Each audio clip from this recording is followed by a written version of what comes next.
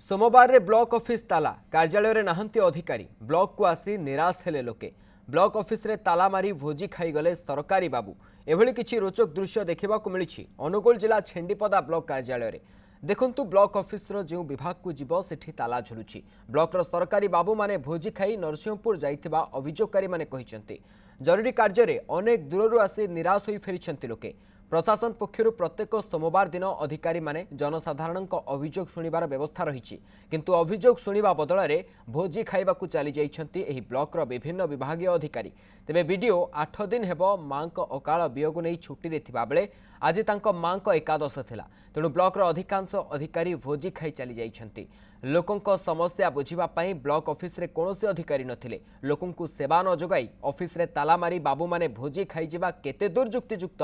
एने प्रश्न उठिछि तेबे बेपरुआ अधिकारी उपरे कोन कार्यानुष्ठान हेउछि लोके चाहि बसिछंती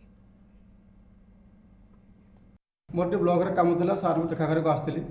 सुनिथिले संवाद सार कोन ग्रीवांस नेला बलिया व्यक्तिगत कथा बोलछंती से देशने को आस्थे आसला देखली सार को ताला पड़ी सब सेक्शन ताला पड़ी जो ब्लॉक रे कले कोठी